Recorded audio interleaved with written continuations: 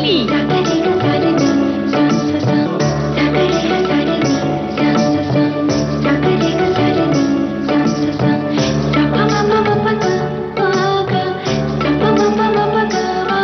सखी सहेली। सभी सखियों, सहेलियों और सखाओं को रेडियो सखी ममता सिंह का नमस्कार। सोनाली, आपको भी हमारा नमस्कार। ममता जी, आपको सभी सखियों, सहेलियों, श्रोताओं को सोनाली पाठक का सप्रेम नमस्कार। कोई आपसे अचानक आकर कहे कि हम आपसे दोस्ती करना चाहते हैं, तो आपका क्या जवाब होगा? मैं तो डर जाऊंगी ममता जी, क्योंकि अचानक से कोई आकर कहे तो ऐसा लगेगा कि भाई कुछ दाल में काला जरूर है कि ये क्यों दोस्ती करना चाहता है। जमाना ही ऐसा है कि हम जल्दी से किसी पर भरोसा नहीं करते हैं। लेकिन हाँ, जब कई मुलाकात होती है और बातचीत होती है, प्यार मोहब्बत की कुछ बातें होती, गुफ्तगू होती है, तो फिर मेल जोल का सिलसिला बढ़ता है। और कई बार लोग ये कहते पाए जाते हैं कि अरे किसी नई जगह पर जाते हैं तो कहते हैं कि अरे यहाँ तो हमसे कोई बात ही नहीं करता है, यहाँ तो अजीब लोग हैं, किसी को भाव नहीं देते हैं। दरअसल रिश्ते बनाए नहीं जाते हैं, अपने आप बन जाते हैं। हम कोशिश करके जो रिश्ता बनाते हैं वो असली रिश्ता नहीं होता, बल्कि रिश्ते जो अपने आप बन जाते हैं वो सच्चा रिश्ता होता है। वो सच्चे रिश्ते होते हैं। ये बात तो सही कही आपने ममता जी। पर आजकल हम लोग इतने व्यस्त हो गए हैं कि हमारे पुराने दोस्त, हमारी पुरानी सहेलियां, हमारे रिश्तेदारों से भी हम मिल नहीं पा रहे, क्योंकि हमारे पास वक्त नहीं है। अरे क्या मिलके क्या करे, वही हंसना बैठना, फिर मैंने उसको वो बोल दिया था तो उससे उस बात का बुरा लग गया था। ऐसी बातों को हम मन में जैसे गांठ बांध लेते हैं और इसके कारण हमारे जो है रिश्ते टूटने लग गए, हम दूर होने लग गए। बस समझ गए हम, और हमारी सखियां और सखा भी समझ रहे होंगे कि हम क्यों ये सब बातें कर रहे हैं। आज हम बातें करेंगे मेलजोल से आपसी सद्भाव कैसे होता है, इस विषय पर चर्चा करेंगे। और विश्व प्राथमिक उपचार दिवस है कल, तो इस मुद्दे पर भी हम बातचीत करेंगे, क्योंकि कल सखी सहेली प्रोग्राम प्रसारित नहीं होता है जी। और सखी विशेष में हम अन्नपूर्णा देवी, उन्हें भी याद करेंगे। और साथ ही आज व्यंजनों का भी दिन है, तो हम हमारी सखियों को, श्रोताओं को ये बताएंगे कि आप भी अच्छे अच्छे जो व्यंजन, अभी त्योहारों का मौसम है तो अभी घर में बना रहे होंगे, तो व्यंजन लिखकर भेजिए। साथ ही आपसी जो सद्भाव की बात है, तो आप कितना मिलते जुलते हैं, आप लोगों के घर जाते हैं या फिर सिर्फ व्हाट्सएप पर ही हाय हेलो कहते हैं? सोनाली जी की बात बिना व्यंजन के खत्म ही नहीं होती है क्योंकि जब तक हम कुछ मीठा ना बना लें तब तक मिठास कहाँ खुलती है। और ये जो त्योहारों का मौसम है, इसमें तो मीठा बहुत जरूरी है जी। तो बहरहाल अब मीठा गाना, गीत की मिठास से सराबोर होते हैं।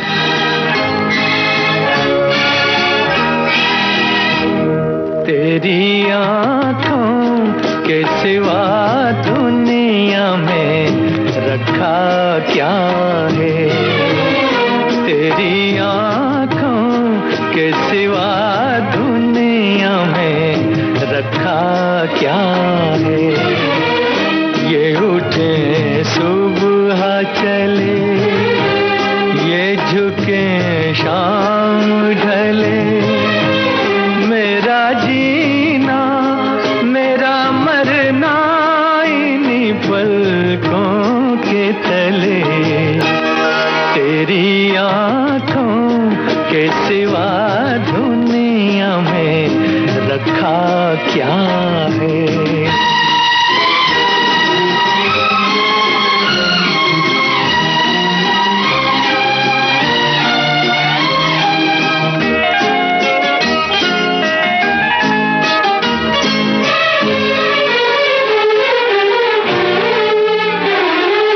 पलकों की गलियों में चेहरे बहारों के हंसते हुए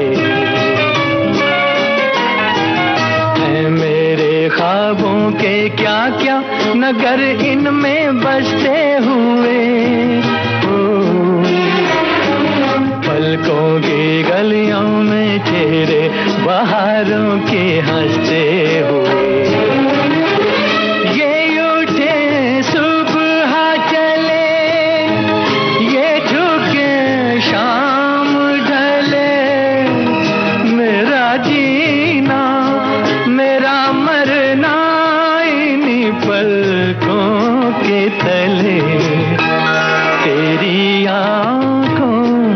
सिवा दुनिया रखा क्या है।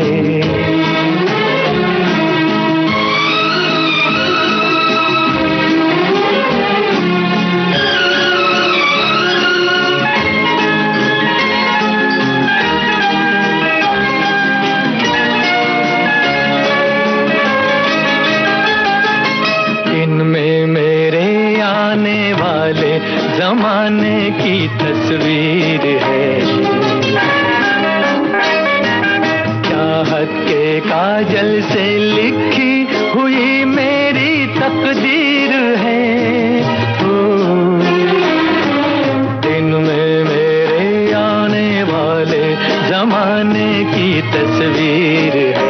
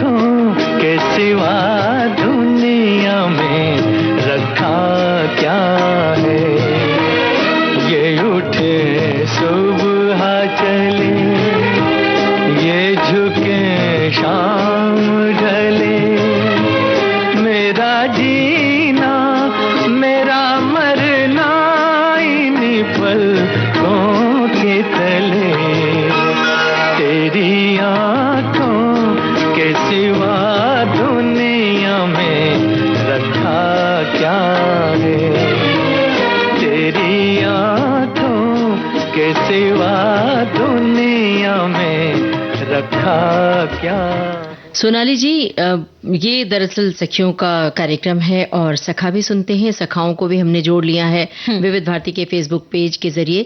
तो बता देते हैं कि आपको विविध भारती के फेसबुक पेज पर कैसे पहुंचना है। टाइप करके www.facebook.com/bbs Mumbai। आज जो हमारे विषय हैं, इन विषयों पर हमारे श्रोताओं की टिप्पणियों का भी हमें इंतजार रहेगा और श्रोताओं को हमारी बातों और गीतों का इंतजार रहता ही है। महिलाओं में दरअसल न जाने कितनी प्रतिभा छुपी होती है, ये उन्हें भी अंदाजा नहीं होता है, खुद उन्हें नहीं पता होता है।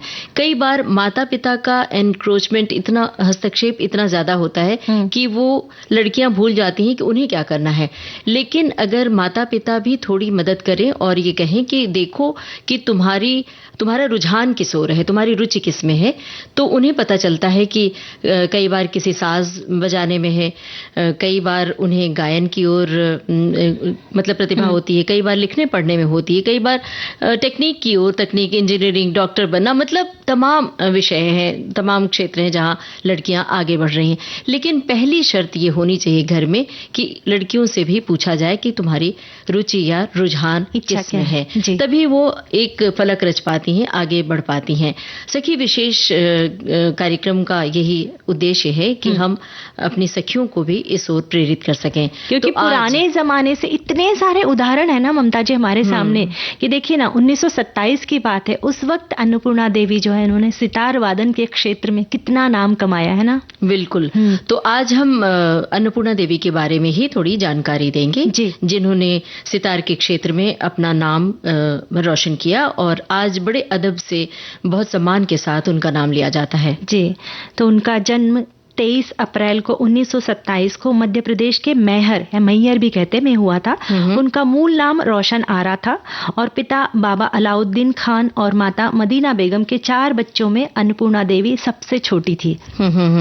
और जब उनके पिता अलाउद्दीन खान महाराजा बृजनाथ सिंह के दरबार में संगीतकार थे, तो बेटी के जन्म की जब जानकारी उन्हें मिली, पिता अलाउद्दीन खान ने राज दरबार में ये जानकारी दी।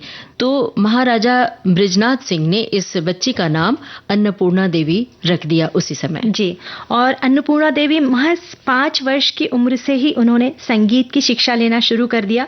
उन्होंने शास्त्रीय संगीत और सुरबहार सितार की शिक्षा अपने पिता से ली और अन्नपूर्णा देवी बहुत प्रतिभाशाली थी। वे सुरबहार सितार वादन में पारंगत हो गई आगे चल के उनका विवाह प्रसिद्ध सितार वादक पंडित रविशंकर से हुआ था।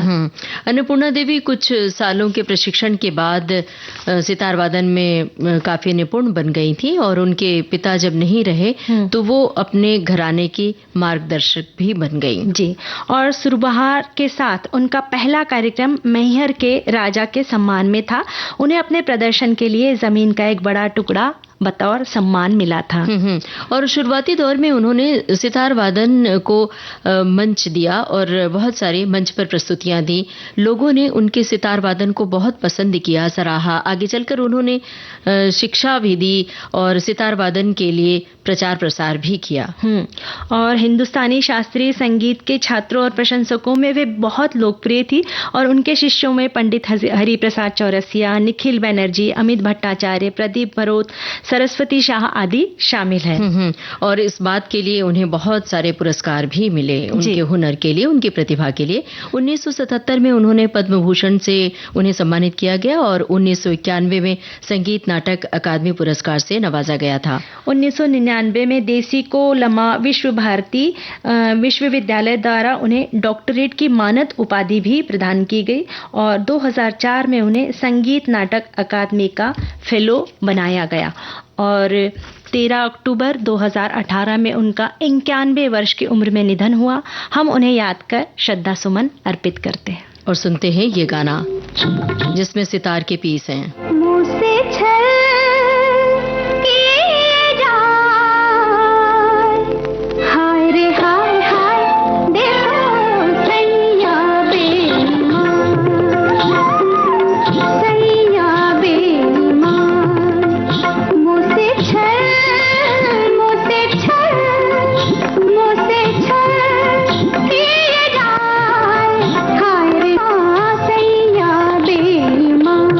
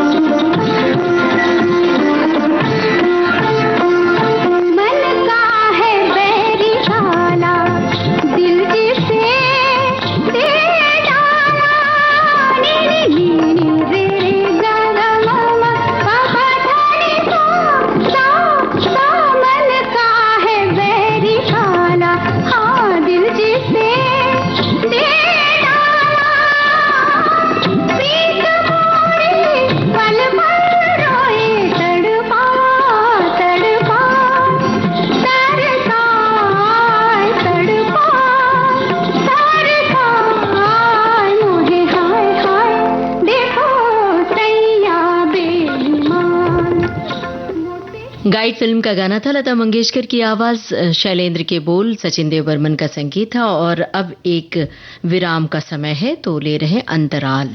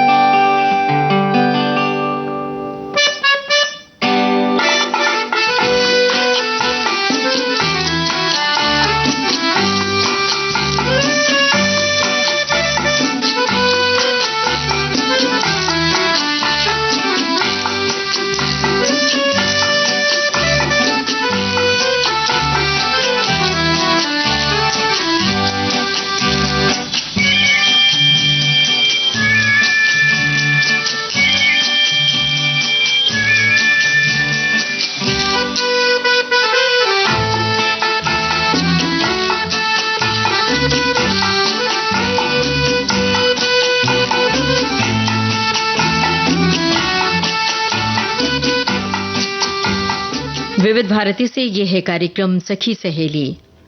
और कल एक खास दिन है ममता जी। कल है विश्व प्राथमिक उपचार दिवस। और ये दिवस प्रतिवर्ष सितंबर माह के दूसरे शनिवार को मनाया जाता है जी। और इस दिवस को मनाने का मुख्य उद्देश्य जीवन बचाने में प्राथमिक चिकित्सा की भूमिका के बारे में जागरूकता लाना है। यानी ये बहुत ही महत्वपूर्ण विषय है, क्योंकि प्राथमिक चिकित्सा एक आपातकालीन उपाय है ना। और घर से नजदीकी स्वास्थ्य केंद्र तक मरीज को जब हम ले जाते हैं तो उसके स्वास्थ्य में जो है गिरावट को हम कुछ हद तक रोक सकते हैं इन उपचारों के माध्यम से। बिल्कुल सही बात है। आपातकालीन स्थिति में जब मरीज को प्राथमिक चिकित्सा की आवश्यकता होती है तो तुरंत अगर उसे सहायता मिल जाए तो उसके जान को बचाया जा सकता है। तुरंत अस्पताल पहुंचा दें और उसके परिवार वालों को सूचित कर दें। मान लीजिए कि अचानक किसी का कुछ एक्सीडेंट हो जाता है, अचानक बीमार हो जाए, हार्ट अटैक आ जाए, तो अगर त्वरित चिकित्सा मिल जाती है तो जान बचाई जा सकती है। लेकिन अगर थोड़ा भी कई बार लेट होता है, देरी होती है, तो जान को खतरा रहता है। जी, तो हमारे साथी भी बहुत सारे मैसेजेस लिखकर भेज रहे हैं इस विषय पर। हमारे एक साथी लिखते हैं कि हर साल सितंबर के दूसरे शनिवार को ये दिन मनाया जाता है और इस दिन का उद्देश्य प्राथमिक चिकित्सा के महत्व को समझाना है और इसे सामान्य कौशल के रूप में विकसित करना है।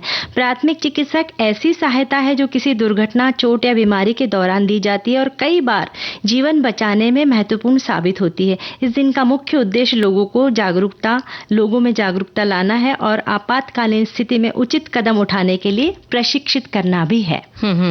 और एक श्रोता ने लिखा है कि प्राथमिक चिकित्सा का इतिहास प्रागैतिहासिक काल से शुरू हुआ है, जब लोग चोटों और बीमारियों के इलाज के लिए प्राकृतिक उपचार अपनाते थे। हालांकि प्राथमिक चिकित्सा की आधुनिक धारणा 19वीं सदी में विकसित होने लगी और काफी कुछ बदलाव आए हैं कि तुरंत आप डॉक्टर की शरण में चले जा सकते हैं। विश्व प्राथमिक चिकित्सा दिवस की स्थापना 2000 में सितंबर के दूसरे शनिवार को हुआ था। इन्होंने भी वही बात लिखी जो अभी आपने टिप्पणी पढ़ी उस टिप्पणी में जी। और व्यापक रूप से इसे प्रसारित करने के लिए, लोगों तक पहुंचाने के लिए इसके बारे में जानकारी देना बहुत जरूरी है और जागरूक करना बहुत जरूरी है। जी, हमारे एक साथी लिखते हैं कि प्राथमिक उपचार, यह दिवस प्राथमिक उपचार के लिए जागरूकता हेतु मनाया जाता है। मिलजुल कर सभी श्रोता हमारे यही बात लिख रहे हैं।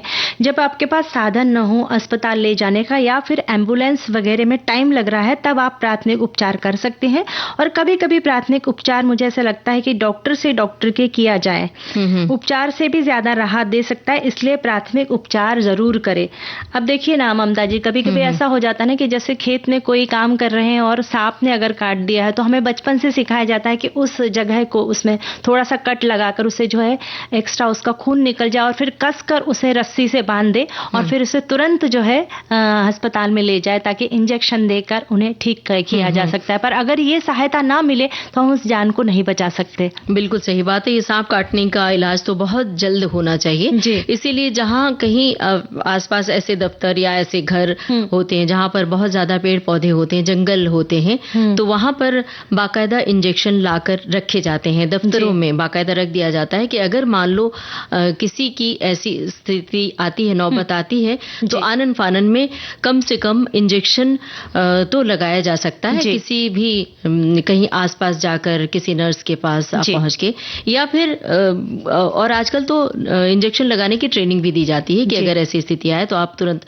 जान बचा सकें किसी की। एक श्रोता लिख रहे हैं कि तत्काल प्राथमिक उपचार प्रदान करने से चोटों को घातक होने से बचाया जा सकता है। इससे बचने की संभावना काफी हद तक बढ़ जाती है। रिकवरी का समय कम हो जाता है और प्रारंभिक उपचार से विभिन्न प्रकार की चोटों की गंभीरता कम हो जाती है और रिकवरी का समय और दीर्घकालिक चोट के प्रभाव कम हो जाते हैं। दर्द से राहत मिल जाती है।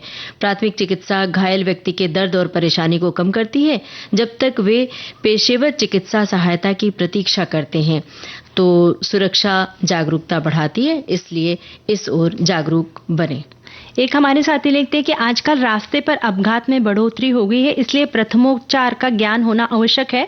अस्पताल तक ले जाने के लिए बहुत जरूरी है। ये भी बहुत जरूरी बात है कि पुराने समय में ऐसा होता था कि कोई एक्सीडेंट हो जाए तो लोग आसपास जाते नहीं थे कि भाई हम क्यों इस झमेले में पड़े, पर अब ऐसी स्थिति आ चुकी है अब कि अगर हमने किसी को मदद की तो उसमें हमें कोई तकलीफ नहीं होगी। यानी लोगों को डर लगता है ना कि हमें कोर्ट में जाना पड़ेगा या हम क्यों उसमें बीच में पड़े, पुलिस थाने जाना पड़ेगा। तो ये जब ये बात आती है मन में तो सबसे पहले ये ध्यान रखें कि सबसे बड़ा नियम होता है मानवता का नियम, लोगों की जान बचाना। और मानवता के नियम के तहत आप ये किसी की जान बचा सकते हैं। और ये भी बात है कि हर व्यक्ति को प्राथमिक चिकित्सा की मूल बातें मालूम होनी चाहिए। घर है, ऑफिस है, दफ्तर है या फिर कंपनियां हैं, फैक्ट्री हैं, इन जगहों पर फर्स्ट एड बॉक्स होना बहुत जरूरी है। उसका उपयोग कैसे किया जाना चाहिए इसकी भी जानकारी होनी चाहिए, और अगर जानकारी नहीं है तो आपको ट्रेनिंग लेनी चाहिए। और अमूमन आजकल तो दफ्तरों में और इन कंपनियों में, फैक्ट्रियों में इस तरह की ट्रेनिंग दी जाती है कि अगर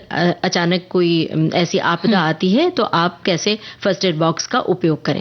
और साथ ही हमारे घर में जो छोटे बच्चे हैं, यानी जैसे 7-8 साल के हो गए, तो उन्हें भी ट्रेनिंग देना जरूरी है कि अगर घर में ऐसा होता है ना कि हमारे घर में अगर आग लग गई तो हमारे वहां पे एक सिलेंडर रखा होता है, पर उसका उपयोग कैसे करना है। कई बार ऐसे होता है कि वो सिलेंडर रखा हुआ है पर उसकी सील तोड़ के उसे जैसे आग लग जाएगी तो उसे कैसे खोलना है, कैसे स्प्रे करना है, ये मालूम नहीं होता है। तो अपने साथ साथ बच्चों को भी ये बताएं कि भाई इसका उपयोग कैसे करना है। साथ ही घर में एक फर्स्ट एड बॉक्स रखें, उसमें अगर चोट लग जाए तो उसे साफ करके किस तरह से मलहम लगाना है, किस तरह से पट्टी बांधना है, ये छोटे बच्चों को भी सिखाना बहुत जरूरी है। और हमें ये समझना बहुत जरूरी है कि इस समय एक गीत सुनवा दें। सुनते हैं।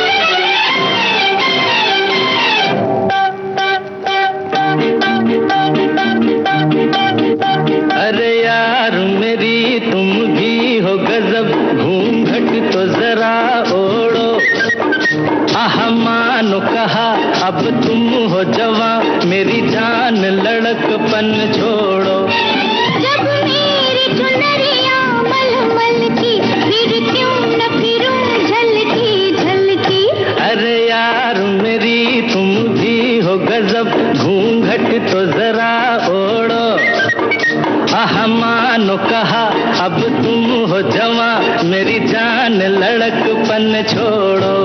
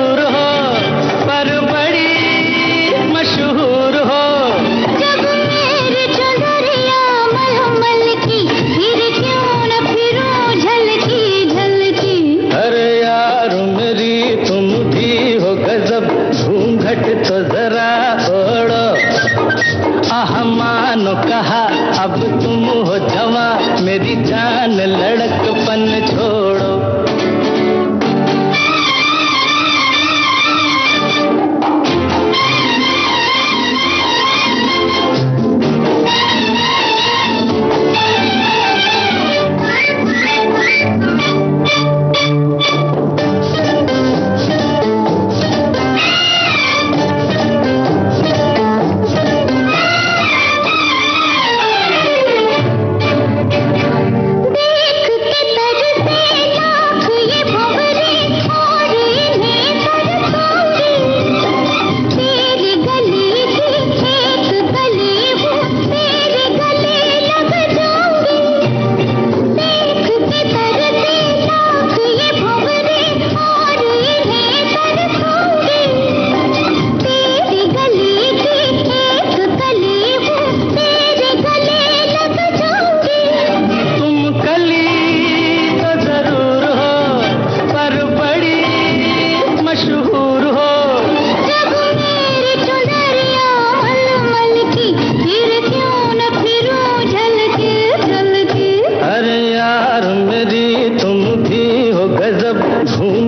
तो जरा ओढ़ो, आह मानो कहा अब तुम हो जवां, मेरी जान लड़कपन छोड़ो।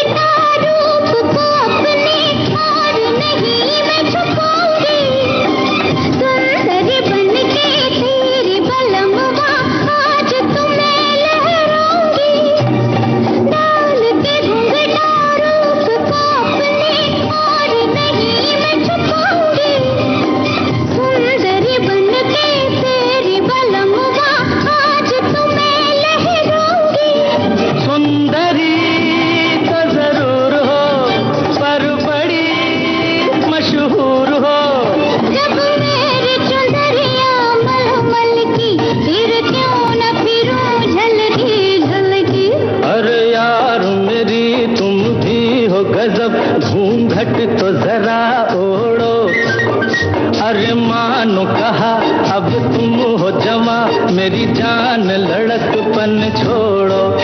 जब मेरी चुनरिया मलमल की, फिर क्यों न फिरूं झलकी झलकी। अरे यार मेरी तुम भी हो गजब, घूंघट तो जरा ओढ़ो, अरे मानो कहा अब तुम हो जवां, मेरी जान धड़कपन छोड़ो। ये गाना सखियां और सखा सुन रहे थे। सोनाली जी, मेल जोल से आपसी सद्भाव बढ़ता है, प्रेम बढ़ता है और आपसी मेल जोल से संबंध मजबूत होते हैं, चाहे वो रिश्तेदार हो, दोस्त हो। और आजकल के बच्चे तो इन बातों को नजरअंदाज करते हैं। बहुत से बच्चों को रिश्तेदारों के नाम से भी चिढ़ होती है कि अगर वो आने की बात करते हैं तो कहते हैं उफ मेरा एग्जाम है, मेरा स्कूल है वगैरह वगैरह, बहाने करने लगते हैं। ये हमारे श्रोता ने ये बात लिखी है जी। तो अपने अपने अनुभव हमारे श्रोता साझा कर रहे हैं। अगर आपने अपनी बात नहीं साझा की है तो आप भी कर सकते हैं। और आप बताइए, आप क्या कहेंगे इस बारे में? हमारे एक साथी जो है उनका संदेश पढ़ ले। बिल्कुल जी। हमारे एक साथी कहते हैं कि जो है मेल जोल बनाए रखना है और एक दूसरे की भावनाएं, इनके विचार समझने में मदद मिलती है आपसी सद्भाव से। और हमारे यहाँ एक परंपरा है कि हम लोग एक ही थाली में खाना खाते हैं। ऐसा क्यों? क्योंकि आपस में प्यार बढ़ता है, ऐसी मेरी दादी का कहना है। क्या बात है भाई, ये तो हमने देखा है आंखों से अपने घरों में जी। अपने माता पिता को और भाइयों को, भाभियों को देखा है कि एक थाली में बैठ के खाना खाते हैं। लेकिन अब जो भागदौड़ वाली जिंदगी है ना, ये जैसे कहीं छूट रहा है। पति अलग आते हैं, खाना खा लेते, पत्नी अलग, भाई बहन अलग अलग, माता पिता तो सभी नौकरी पेशे वाले हैं या स्कूल कॉलेज जाने वाले, तो ऐसे मौके बहुत कम आते हैं। ये तब का जमाना था जब संयुक्त परिवार हुआ करते थे और साथ में बैठ के एक थाली में नहीं तो एक पंगत पे, एक टेबल पे बैठ के खाया करते थे। पर खाया जा सकते हैं ना ममता जी, अभी भी अगर कोशिश की तो हर काम संभव हो सकता है। कि जो दूरियां हो रही है लोगों के बीच में, ये मिटाना जो है इसकी जिम्मेदारी हमारी है। अगर हम पहल करेंगे तो आने वाली पीढ़ी जो है उन्हें भी एक बहुत अच्छा उदाहरण मिलेगा कि देखिए हमारे जो है हमारे घर में रिश्तेदार आते थे, खाते पीते थे, हंसी ठहाके चलते थे। ऐसा नहीं है कि बस हमने टीवी चला दिया, उसमें कोई सीरियल देख ली, अपने अपने बैठ के खा लिए, घर में अपने अपने मोबाइल में घुस गए सब लोग। इस तरह से नहीं होना चाहिए। मतलब आपका ये कहना है कि अभी इस प्रोग्राम के बाद हम लोग एक ही थाली में खाए तो प्यार बढ़ेगा। एक ही कप में चाय पिएंगे, एक ही कप में कॉफी पी जाए तो बर्तन की भी बचत हो जाएगी। देखते हैं कोशिश करके। हमारे एक साथी लिखते हैं, आपसी मेल जोल से संबंध मजबूत होते हैं, चाहे वो रिश्तेदार हो या दोस्त हो। आजकल के बच्चे ये बात को नजरअंदाज करते हैं। बहुत से बच्चों को रिश्तेदारों के चेहरे और नाम तक याद नहीं रहते। एक श्रोता ने लिखा है कि मेल जोल तो हमेशा से ही अच्छा होना माना जाता है। दोस्तों से, पड़ोसियों से, आसपास रहने वाले दूर दराज के रिश्तेदारों से मधुर और अच्छे व्यवहार होने चाहिए। ये सब सुख दुख में काम आने वाले होते हैं। ताली दोनों हाथों से बजती है। मेरे तो बगल वाले फ्लैट में रहने वालों से बहुत मदद मिलती है। माता पिता, सास ससुर है नहीं, सबसे पहले तो इनकी ही मदद लेनी पड़ती है। कोरोना के समय मेरी बेटी को कोरोना हुआ था, तबीयत ज्यादा खराब थी, ऑक्सीजन और दवाइयों की जरूरत थी, तो पड़ोसियों ने ही मदद की। अब एक ब्रेक लेते हैं, उसके बाद फिर बाकी बातें करते हैं।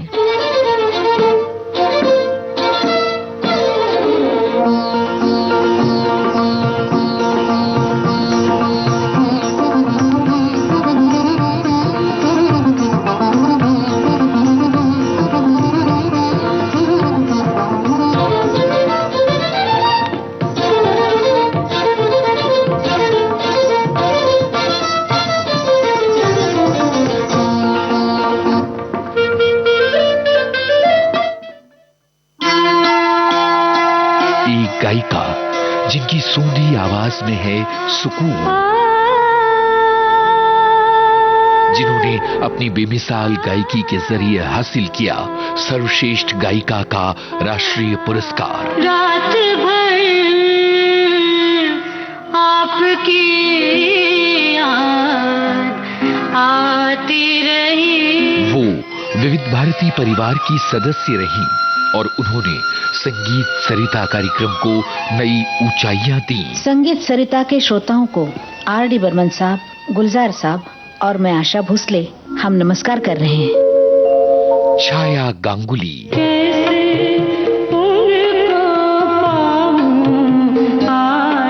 जानी मानी गायिका छाया गांगुली से एक आत्मीय बातचीत, यादों का सिलसिला।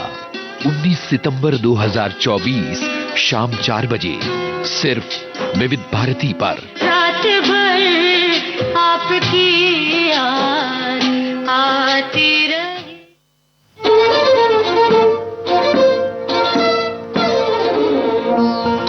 ये है विविध भारती, कार्यक्रम है सखी सहेली और हमारा आज का विषय है कि मेल जोल से आपसी सद्भाव। तो ममता जी, हमारे बहुत सारे साथी बहुत अच्छे अच्छे कमेंट्स लिखकर भेज रहे हैं। तो एक साथी लिखते हैं कि आज भी हम पांचों भाई बहन शादी होने पर आपसी मेल जोल बनाए रखते हैं, हर त्योहार एक साथ मनाते हैं, खासकर राखी भाई दूज पर जहाँ रहते हैं हम पड़ोसी भी आपस में मिलजुल कर रहते हैं। त्योहार पर एक दूसरे को बधाई देते हैं, व्यंजनों का आदान प्रदान करते हैं और मुंह मीठा करवाते हैं। क्या बात है भाई, बहुत बड़ी बात है ये। और एक श्रोता ने लिखा है कि दोस्त कई मायनों में बेहद स्पेशल होते हैं। वे आपको बचपन से बड़े होते हुए देख चुके होते हैं और आपके परिवार को भी अच्छी तरह जानते हैं। उनके पास आपसे जुड़ी बहुत सारी यादें होती हैं जिन्हें सुनकर वे आपको खुश रख सकते हैं। ऐसे दोस्त भाई बहन जैसे ही हो जाते हैं। ये आपको आपकी कमियों के साथ स्वीकार कर चुके होते हैं, इसीलिए इनके साथ आपको ज्यादा औपचारिक होने का तनाव भी नहीं लेना पड़ता। एक बात यहाँ पर सोनाली जी बहुत जरूरी है बताना कि जब आपसी मेलजोल और आपसी सद्भाव की बातें हम करते हैं तो जब किसी से मित्रता या दोस्ती होती है तो उसकी कमियों और बुराइयों को नजरअंदाज करते हुए ही उसे एक्सेप्ट करें, तभी आपकी मित्रता प्रगाढ़ होती है, तभी आप लंबे समय तक उस दोस्ती को निभा सकते हैं। मान लीजिए कि हमें कोई खामी नजर आ रही है आपके भीतर, लेकिन हमारी दोस्ती है तो उसे इग्नोर करें और फिर हम आपसे दोस्ती कायम रखें तो लंबे समय तक टिकती है जी। और अगर हमारा किसी के साथ मतभेद हो भी गया है ना ममता जी, तो कोई बात नहीं, पर हमारी ये कोशिश हो कि मनभेद ना होने दे, क्योंकि जैसे हाथों की पांचों उंगलियां एक समान नहीं होती, उसी तरह हर इंसान थोड़ी हमारे समान होगा जैसे हम चाहते हैं। और अलग अलग विचारों के लोगों के साथ अपनी कटुता को दूर करके मेलजोल रखना बहुत जरूरी है। बिल्कुल। और ये तो त्योहारों का मौसम चल रहा है तो हमारे त्योहार और उत्सव यही सीख देते हैं कि इन त्योहारों के माध्यम से हम आपस में मिले जुलें, एक दूसरे से प्यार बांटें। पर समय के मुताबिक उत्सवों का स्वरूप भी बदलने लगा है, तो हमें अब सोशल मीडिया के जरिए बधाई देने की आदत पड़ गई है, व्हाट्सएप के जरिए और मेल के जरिए। तो हम कई बार बचते हैं कि सामने किसी के घर जाकर मेल जोल बढ़ाएं, किसी के घर जाएं, बधाई दें, लेकिन घर आना और जाना कितना अच्छा लगता है, बहुत सुखद अनुभव होता है जी। और जब हम लोगों से मिलते हैं तो विचारों के साथ साथ अलग अलग संस्कृतियां, खान पान की संस्कृतियों का भी मिलाप होता है। और सबसे जरूरी बात है कि ये सीख एक पीढ़ी से दूसरी पीढ़ी में जाती है। यानी जब बच्चे देखते हैं कि भाई देखिए हमारे घर में ऐसे ऐसे आते थे, तो वो भी देखेंगे अगर हमारे घर में कोई नहीं आया तो बच्चों को वैसे ही आदत पड़ जाएगी। और आजकल ऐसा होता है ना कि ममता जी, छुट्टियां आई तो बस घर में थोड़ी बहुत पूजा पाठ की और थोड़ा सा भोग लगाया और लोग बाग है ना घूमने निकल जाते हैं। घूमना भी जरूरी है, पर त्योहार, उत्सव, जन्मदिन या कभी कभी हफ्ते की छुट्टी के दिन भी हमें अपनों के साथ मिलना चाहिए।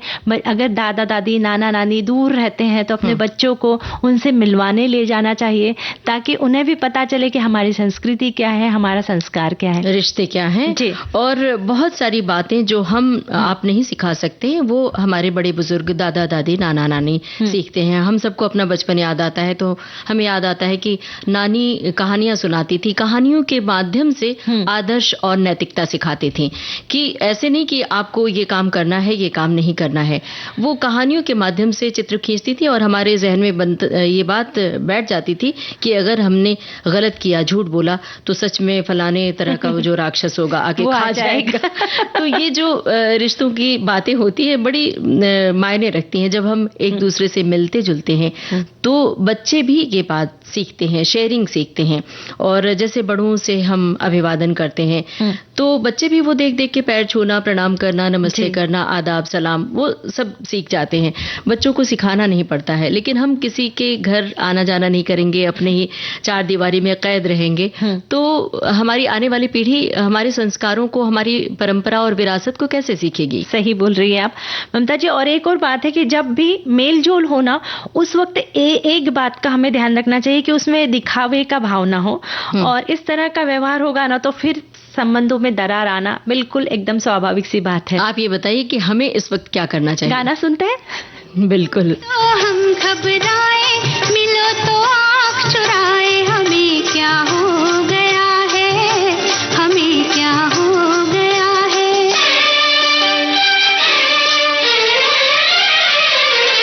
मिलो न तुम तो हम घबराए, मिलो तो आँख चुराए, हमें क्या हो गया है, हमें क्या हो गया है। तुम्ही तो दिल का राज बताए, तुम्ही से राज छुपाए, हमें क्या हो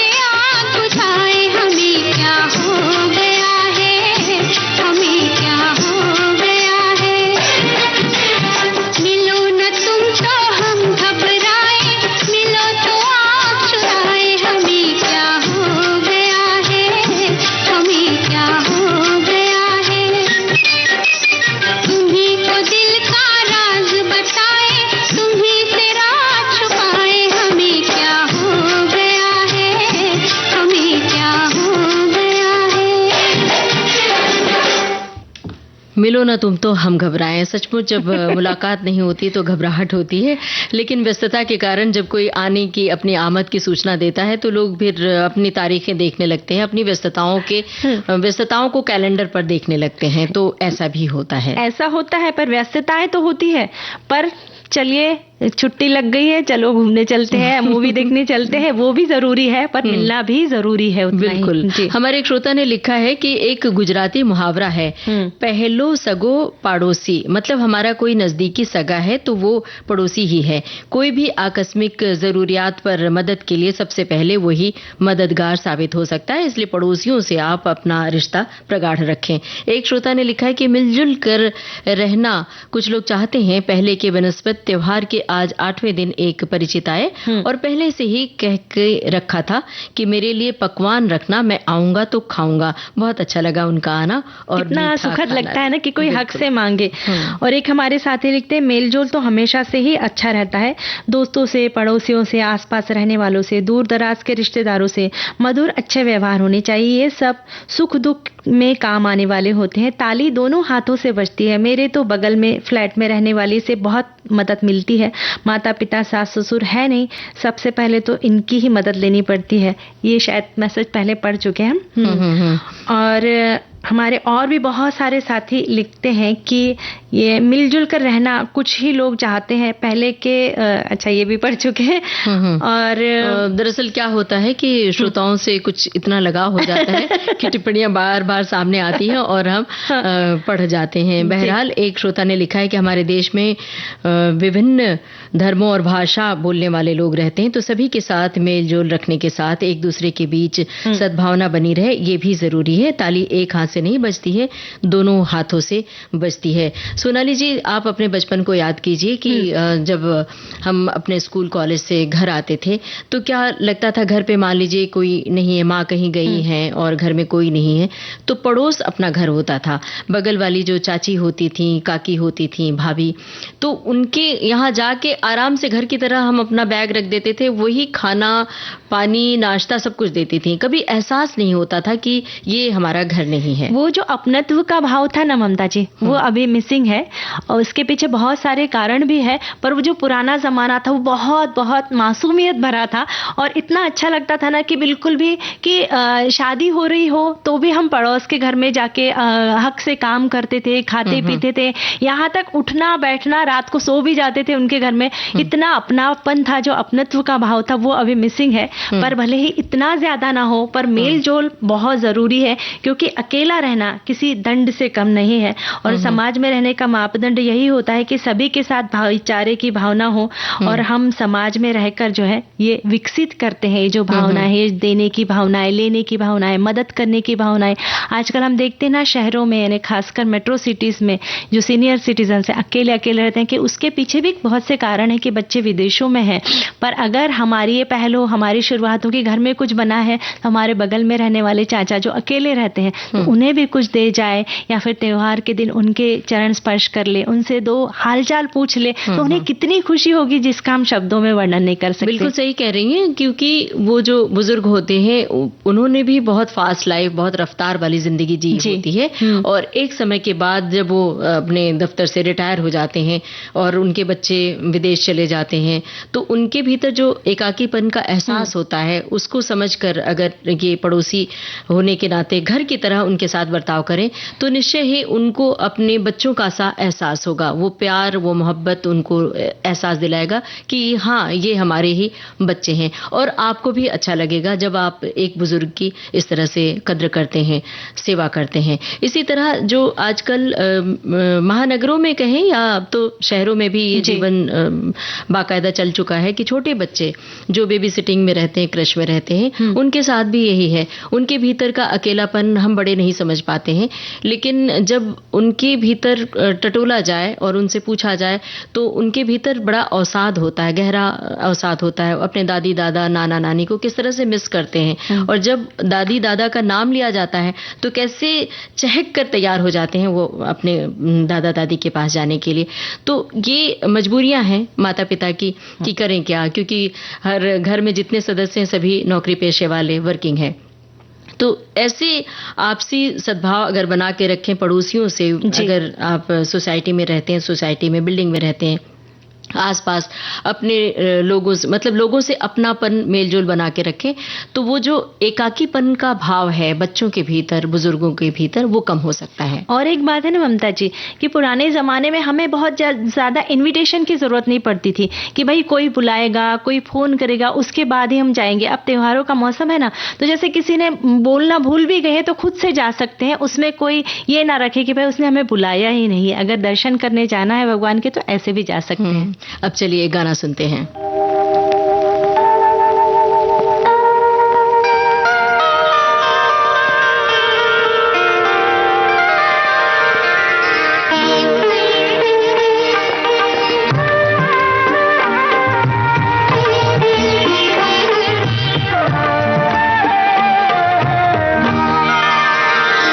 चंदन सा बदन चंचल चितवन, धीरे से तेरा ये मुस्काना। चंदन सा बदन चंचल चितवन, धीरे से तेरा ये मुस्काना। मुझे दोष न देना जगवालों, मुझे दोष न देना जगवालों, हो जाऊं अगर मैं दीवाना। चंदन सा बदन चंचल चितवन।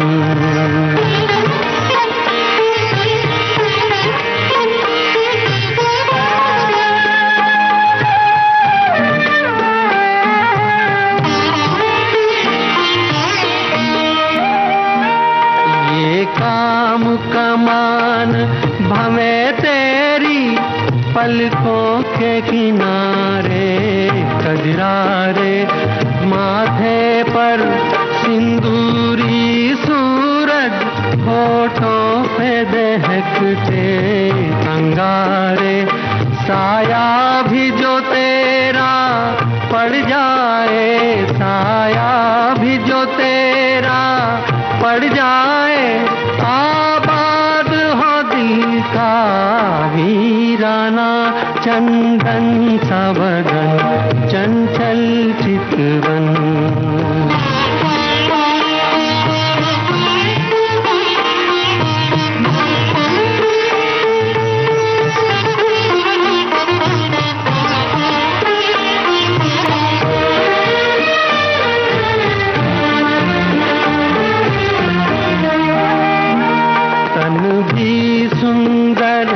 मन भी सुंदर, तू सुंदरता की मूरत है। किसी और को शायद कम होगी, मुझे तेरी बहुत जरूरत है। पहले भी बहुत मैं तरसा हूँ, पहले भी बहुत मैं तरसा हूँ। तू और न मुझको तरसाना। चंदन सा बदन चंचल चितवन। सोनाली जी, आज की तारीख याद है? कौन सी तारीख है आज? आज 13 तारीख है और कल 14 जी 14 सितंबर यानी हिंदी दिवस। 14 सितंबर को हिंदी दिवस हम मनाते हैं। और ये जो दिवस मनाया जाता है, मुझे लगता है कि हिंदी दिवस ऐसा एक दिन आएगा जब हम हिंदी दिवस न मनाएं, बल्कि हिंदी रग रग में समा जाए। और हमारी मातृभाषा है, हमारी राष्ट्रभाषा है, तो इसको दिवस के रूप में मनाने का एक ही मकसद है कि हिंदी उन प्रांतों में भी पहुंचे जहां पर हिंदी भाषी लोग नहीं हैं, और वो भी हिंदी सीखें। आजकल जो खास तौर से अंग्रेजी स्कूल के बच्चे हैं, इंटरनेशनल स्कूल के बच्चे हैं, उनमें हिंदी के प्रति थोड़ा जो दुराग्रह पैदा हो रहा है, वीतराग हो रहा है, उनको बहुत समझाने की जरूरत है कि हिंदी आपकी मातृभाषा है और हिंदी में ही आप सोचते हैं, हिंदी में ही बात करते हैं। बहुत आत्मीय भाषा है, जो आत्मीयता हिंदी में हमें मिलती है और किसी भाषा में नहीं है। तो इन अंग्रेजी स्कूल के बच्चों को हिंदी से जोड़ने की बहुत जरूरत है। इसमें पहल हमें करनी पड़ेगी। बिल्कुल, क्योंकि हम ही कमान गोदेर ऐसे करके हमें बोलते हैं और स्टेटस सिंबल हो गया कि जो अंग्रेजी में बात करते हैं, तो ऐसा ना हो। और उन्हें एक बात और सिखाएं बच्चों को कि जब आप हिंदी बोलते हैं तो शुद्ध हिंदी बोले जी। मतलब उसमें मिलावट, जबरदस्ती, अनायास अंग्रेजी शब्दों का इस्तेमाल करके उसे भाषा को क्लिष्ट ना बनाए। हाँ, और उन्हें ये बताएं कि जब आप हिंदी बोलते हैं तो हिंदी में लिखते हैं तो शुद्ध हिंदी लिखें, शुद्ध हिंदी बोले तो निश्चित रूप से आने वाली पीढ़ी आपकी हिंदी में महारत हासिल करेगी। क्या ढूंढ रही हैं आप, क्या सोच रही हैं? हमारी सखी ने एक बहुत अच्छी रेसिपी लिखकर भेजी है कि मुठिया के लड्डू गुजराती व्यंजन है। ये कहती है कि 1 कटोरी गेहूं का आटा, 2 चम्मच सूजी, 1 चम्मच बेसन, घी तलने के लिए और 3/4 पौन कटोरी गुड़, इलायची और सूखे मेवे, खसखस सजाने के लिए। गेहूं के आटे से सूजी बेसन मिला ले, कुनकुनी घी का मोयन डालकर अच्छे से मिला दे। मोयन थोड़ा ज्यादा डलता है, पानी डालकर कड़ा आटा लगा ले। छोटी छोटी मुठिया मुट्ठी के अंदर बन जाए तो इस तरह के गोल गोल बनाए और उसमें हमारी उंगलियों के निशान बना लीजिए और मध्यम आंच पर सुनहरा होने तक तल ले। ठंडा होने पर टुकड़े कर ले, फिर मिक्सी के पॉट में डालकर बारीक कर ले और एक कढ़ाई में गुड़ को गर्म करे। जब गुड़ पिघल जाए तो उसमें आटा मिला दे और आवश्यकता अनुसार उसमें घी डाले, बारीक कटा ड्राई फ्रूट मिलाए, इलायची पाउडर डाले और अच्छे से मिलाकर लड्डू बना ले। तो उन्होंने एक मीठी रेसिपी बता दी, तो मैं जल्दी से एक नमकीन रेसिपी बता देती हूँ। बिल्कुल, व्यंजन की बातें करना आपको बहुत पसंद है। मकई का हम इंतजार कर रहे थे। मकई के दानों का उपमा है। तो 2 कटोरी मकई के दाने, 1 इंच अदरक का टुकड़ा, हरी मिर्च 3-4, तेल 1 बड़ा चम्मच, जीरा, राई, हल्दी, नमक और कड़ी पत्ता और कटा हुआ हरा धनिया और हींग। तो मकई के दाने अदरक मिर्ची के साथ डालकर मिक्सी में चलाकर अच्छे से पीस ले। फिर तेल गर्म करे, उसमें राई जीरा चटकाए, फिर उसमें हल्दी, कड़ी पत्ता, हींग डाले और उसमें मकई का मिश्रण सब डाल दे और जब पानी सूख जाए तो उसको ढककर रख दे और जब वो खुला खुला हो जाए तब धनिया पत्ती डाल के उसे गरम गरम सर्व करे। क्या बात है, मतलब मीठा और नमकीन एक साथ खा सकते हैं और साथ में गाना जरूर सुनते हैं।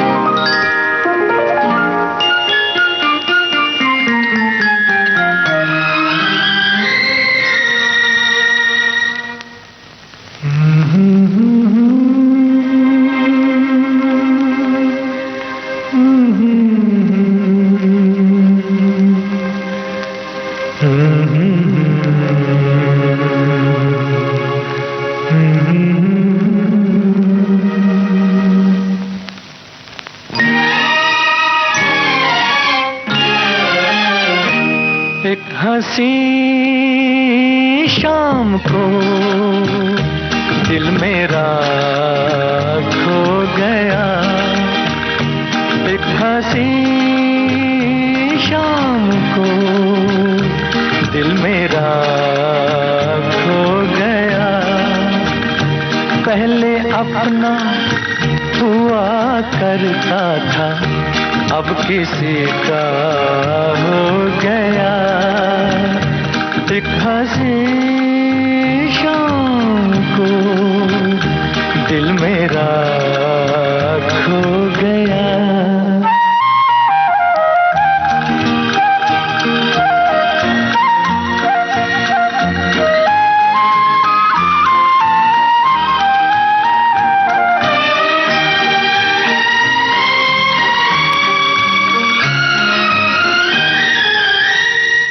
मुद्दतों से आरज़ू थी जिंदगी में कोई आए, सोनी सोनी जिंदगी में कोई शम्मा झिलमिलाए।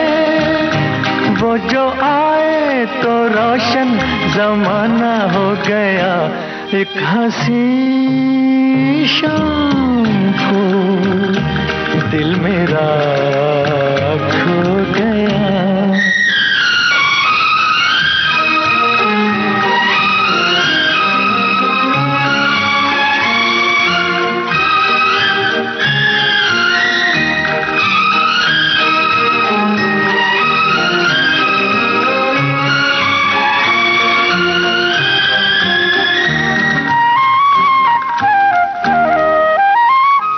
मेरे दिल के कारवां को ले चला है आज कोई शबनमी सी, जिसकी आंखें थोड़ी जागी थोड़ी सोई। उनको देखा तो मौसम सुहाना हो गया, एक हंसी शाम को। दुल्हन एक रात की इस फिल्म का गाना सखियां और सखा सुन रहे थे। मोहम्मद रफी की आवाज में राजा मेहदी अली खां के बोल थे, मदन मोहन का संगीत था और बिल्कुल वक्त नहीं कि हम कुछ बोले बतियाएं या गाना सुनवाएं। तो लेते हैं सखियों और सखाओं से इजाजत। आप सभी को ममता सिंह और सोनाली पाठक का नमस्कार। सखी सहेली कार्यक्रम की प्रोड्यूसर अनुश्री पाठक। सखी सहेली।